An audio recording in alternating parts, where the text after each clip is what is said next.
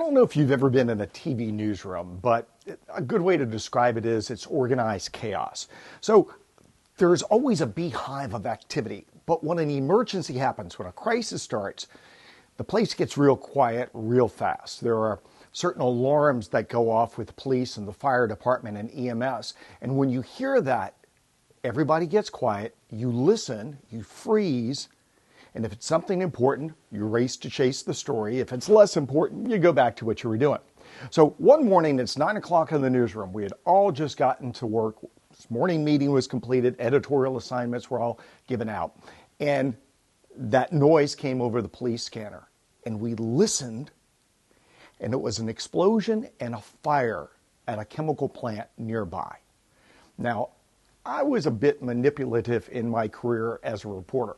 And what I mean by that is I made sure my desk was by the back door next to the photographer's room. So if there was a big story, I could get out the door before all of my colleagues, and I always had a photographer there to go. So my buddy Sam and I jump in the car. Sam's the photographer, and we haul tail out to the story. We have to drive from Baton Rouge, Louisiana, across the Mississippi River Bridge to a town nearby where there is a huge industrial complex. And as we roll up on the scene, we can see a fireball, flames, and a massive black cloud that stretches for miles. So we know something important is happening, and we know we need to be on the air with a live report before our competition. Our live engineer shows up. He has the live shot all set. 10 o'clock comes by. I thought I would have a spokesperson for the interview, but I don't. We've called into the chemical plant, but the spokesperson won't come out. So I stand there and I do my live report. Now, I used to work in the chemical industry. That's how I put myself through college. So I know enough to explain what I'm seeing, but I don't have the technical knowledge to know exactly what is burning. I know what the company makes, but I don't know the specific product. I have an information void, and you don't ever want a reporter to have an information void. Your job is to fill the void as fast as possible with accurate information. Well, that wasn't happening this morning. I did my live report, we got on the phone, and we started calling into the chemical plant because we knew this chemical plant had a professional paid spokesperson on site. We drove up to the guard gate. The guard shooed us away. No one would come out to talk to us. 11 o'clock comes by. Straighten my little polyester jacket again. I stand there. It's Gerard Braud doing a live report. I explain what I see again. We explain that we've called into the company, but they won't give us a comment.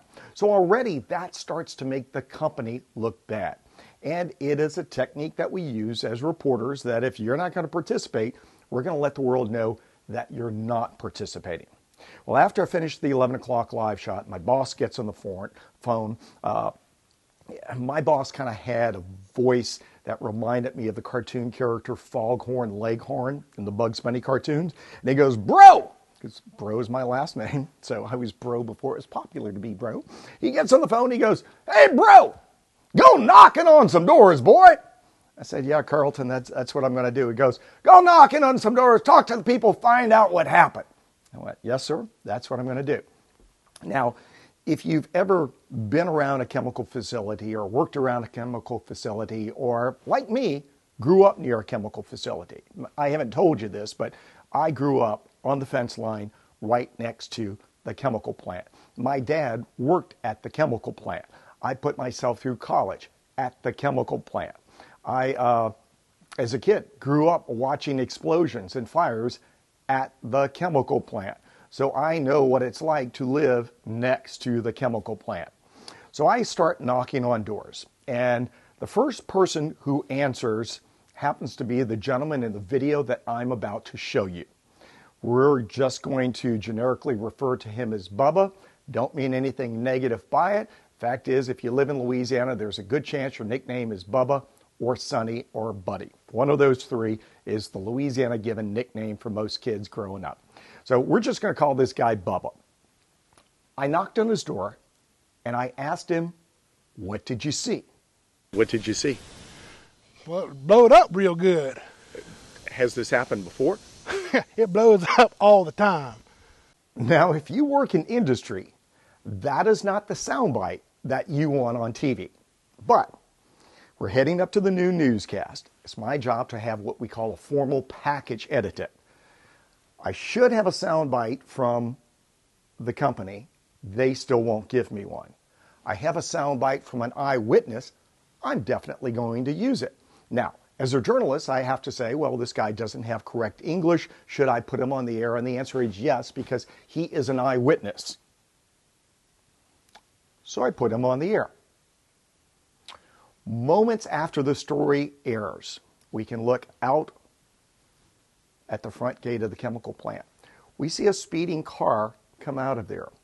It just happened to be one of those cars, kind of like the one in Smokey and the Bandit with the big decal on the hood.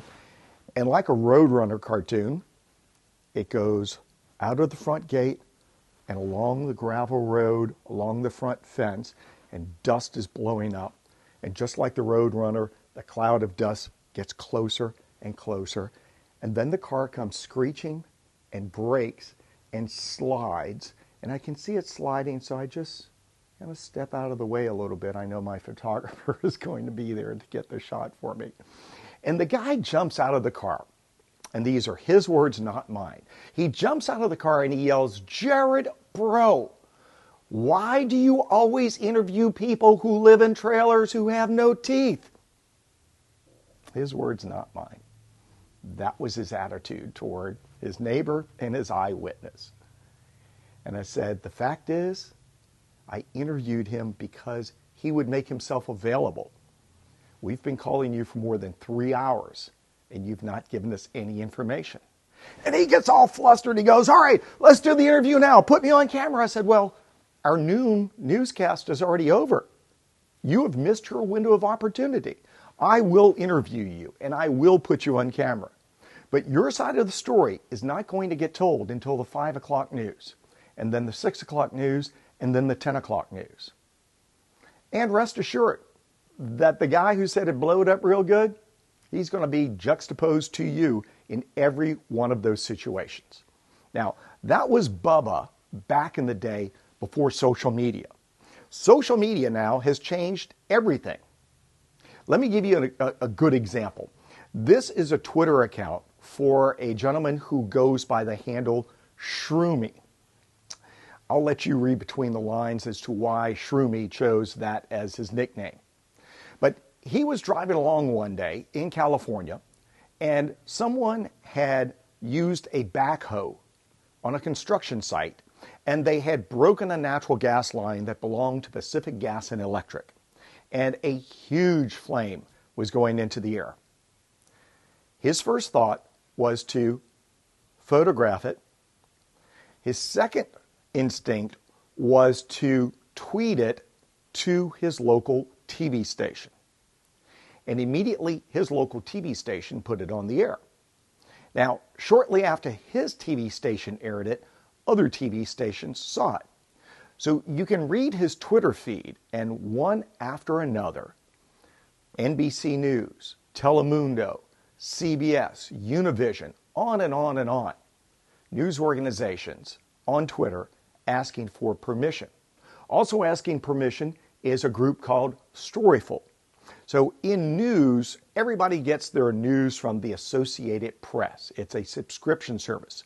But in the age of social media, there is Storyful. If you post a video or photo that starts to trend and you've labeled it with the name of the trending news event, Storyful will call you and ask for permission to use it for free. You get paid no money. They get to resell it. You retain ownership, and you have your 15 minutes of fame because you can tell all your friends your video was on all the local TV stations and sometimes even the nightly news and the 24-hour news channel. So Bubba has gone from the eyewitness without a phone to the eyewitness with a phone and with social media. And now things have progressed from when Shroomy posted his image, because now people can go live on Facebook and a number of other different social media platforms. YouTube has it. Heck, LinkedIn even has a live version of their platform. There was a horrible shooting one day in Baton Rouge, Louisiana. 3 police officers were ambushed.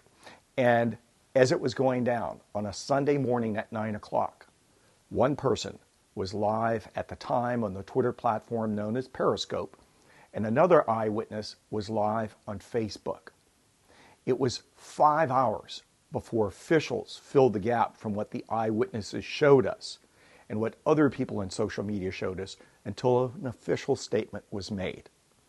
That is too long. Your official statement has to be at the speed of Twitter.